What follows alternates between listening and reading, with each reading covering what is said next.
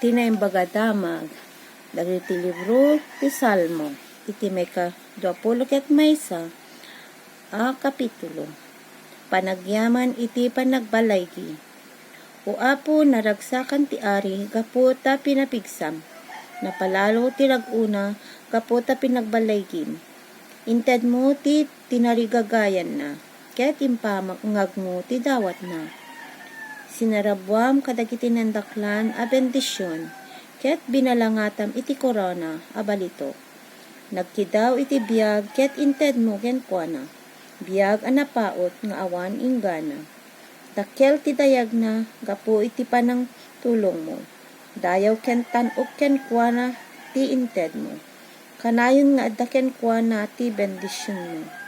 Ket ti kaaddam ti mangpunno kenkuana iti ragpo. Agtalek ti ari ken ni Yahweh a kangatuan. Kapo iti di agbalbali nga ayat ni Yahweh. Kanayon to a natalged di maanano. Tiliwen to ti ari dagiti amin a kabusor na. Tiliwen nanto dagiti amin a gumurbura kenkuana. Intun agparang dadeelan nanto ida kas iti gumulgil ayam nga apoy. Alununan nanto ida ni Yahweh iti pungtot na, ket apoy to ti mangkisap kadakwada. Awan to ti makalasat kadag iti kapututan da. Ikisap munto ida a sangapada. Agplano da iti dakes, ken agtutulag da iti may busor ken kuana.